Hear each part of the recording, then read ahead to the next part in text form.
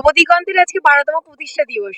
এই নবদিগন্তের 12তম প্রতিষ্ঠা দিবসে আপনারা একটা বিশেষ প্রজেক্ট নিয়েছেন, স্বাবলম্বী প্রজেক্ট। এই প্রজেক্ট সব 12 জন পরিবারকে নিয়ে। তো এই প্রজেক্ট সম্পর্কে যদি একটু বলেন বিস্তারিত।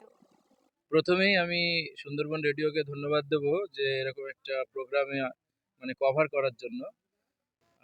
দেখুন, আজ থেকে দীর্ঘ 12 বছর আগে এইরকম সুন্দরবনের একটা পিছিয়ে পড়া অঞ্চল সন্দেশখালী ব্লক 1 এটা পড়ে, নেজার থানা, বসিরহাট সাব ডিভিশনের।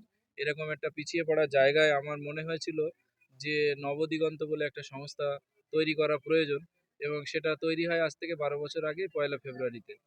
তো সেখান থেকে এর যাত্রাপথ শুরু। আমরা বহু কাজকর্ম করেছি।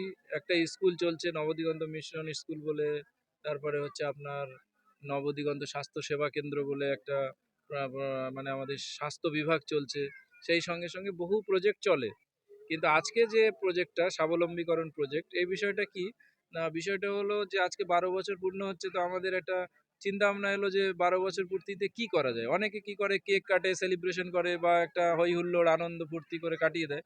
আমরা একটা অনন্য একটা চিন্তা ভাবনা নিয়েছি যে আমরা সুন্দরবনের এই প্রত্যন্ত অঞ্চল থেকে 12টা ফ্যামিলিকে চুজ করব, যাদের একেবারে মানে দিন আনা দিন খাওয়া এইটুকু জোটে না, মানে এখন অন্ন বস্ত্র বাসস্থান কিচ্ছু নেই, একেবারে নিঃস্ব যারা, সেরকম 12টা ফ্যামিলিকে আমরা চুজ করেছি।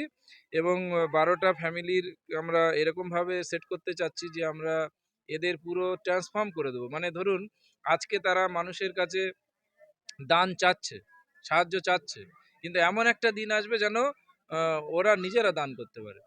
হ্যাঁ, তাদের বিভিন্ন মানে জীবন বদলানোর জন্য যা যা প্রয়োজন, যে ধরুন কোনো আপনার একটা হাতের কাজ করে দেওয়া, বা কোনো দোকান করে দেওয়া, কোনো ব্যবসা বাণিজ্য খুলে দেওয়া, বা তাদের ঘর বাড়ি টয়লেট বাথরুমের যে সমস্যাগুলো আছে, খাওয়া দাওয়া, সে সমস্ত বিষয়গুলো দেখা।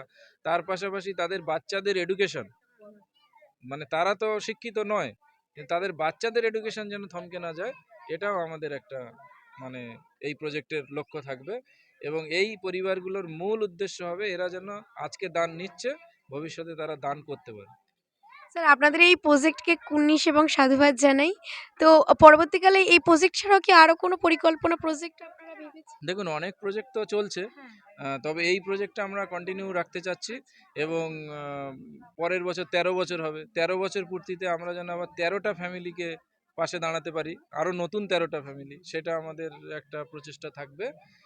আর সবচেয়ে বড় বিষয়, আমাদের অনেক প্রজেক্ট চলছে, যেমন মহিলাদের স্বনির্ভর করা, বা পুরুষদের মহিলাদের কর্মসংস্থানের ব্যবস্থা করা, এগুলো তো আমাদের চলছে। স্কুল, স্বাস্থ্য, এগুলো চলছে। সেই সাথে সাথে এমনি সাধারণ যে প্রজেক্টগুলো হয়, যেমন ধরুন এদের অন্ন বস্ত্র বাসস্থানের ব্যবস্থা করা, এই কাজগুলো প্রতিনিয়ত চলছে। আচ্ছা স্যার, আপনাদের এই নবদিগন্তে কেউ যদি আহ, সহায়তার জন্য বিভিন্ন ধরনের, আপনারা তো বিভিন্ন রকম কাজ করে থাকেন, তো সহায়তার জন্য কেউ যদি এগিয়ে আসতে চায়, সাহায্যের হাত বাড়াতে চায়, তো এই লোকেশনটা যদি দেখুন, এটা হলো মালঞ্চ বাজার, উত্তর 24 পরগনা জেলা মালঞ্চ বাজারে এসে আমাদের ফোন করলেই আমরা লোকেশন গাইড করে দিতে পারবো। ওখান থেকে 10 কিলোমিটার, খাসসাঁকদাহ গ্রামের নাম।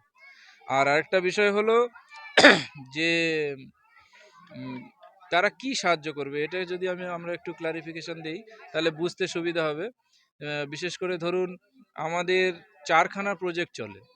একটা হলো বিনা পয়সার স্কুল, সেখানে আপনার বই খাতা ব্যাগ জামা কাপড় টিউশন ফিস বহু রকমের হেল্প লাগে, বেঞ্চ, স্কুল বেঞ্চ থেকে শুরু করে বহু কিছু।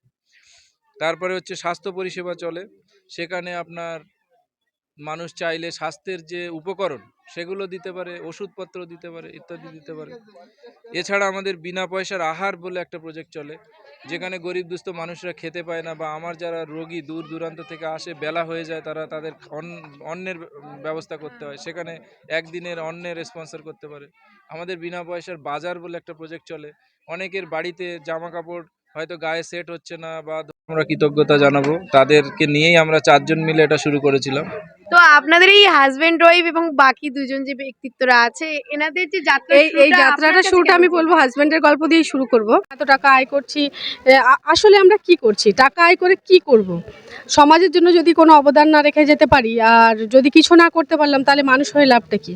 তো এর যে এই ভাবনা আমার সঙ্গে শেয়ার করার পরে আমার মনে হয়েছিল যে না, এ ঠিকই বলছে, বা এর সঙ্গে আমাকে সাপোর্ট করা উচিত বা আমার হাজব্যান্ডের সঙ্গে আমার থাকা উচিত। সেই জন্য আমরা দুজন এবং আমাদের আরও দুজন শিক্ষিত বন্ধুদেরকে নিয়ে আমরা চারজন মিলে প্রথম এই 1 ফেব্রুয়ারিতেই একটা মিটিং করে ছোট করে সূচনা করেছিলাম, যাতে আমরা সমাজের জন্য কিছু করতে পারি এবং এগিয়ে নিয়ে যেতে পারি। এবং সেখানে নামটা করণ হয়েছিল, নামটা দেওয়া ডক্টর ফারুকেরই, সেটা নবদিগন্ত।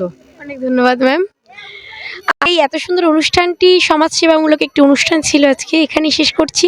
দেখা হবে আবারও পরবর্তীকালে এমনই সুন্দর অনুষ্ঠান নিয়ে। ততক্ষণের সাথে থাকুন, শুনতে থাকুন 91.2 FM রেডিও সুন্দরবন।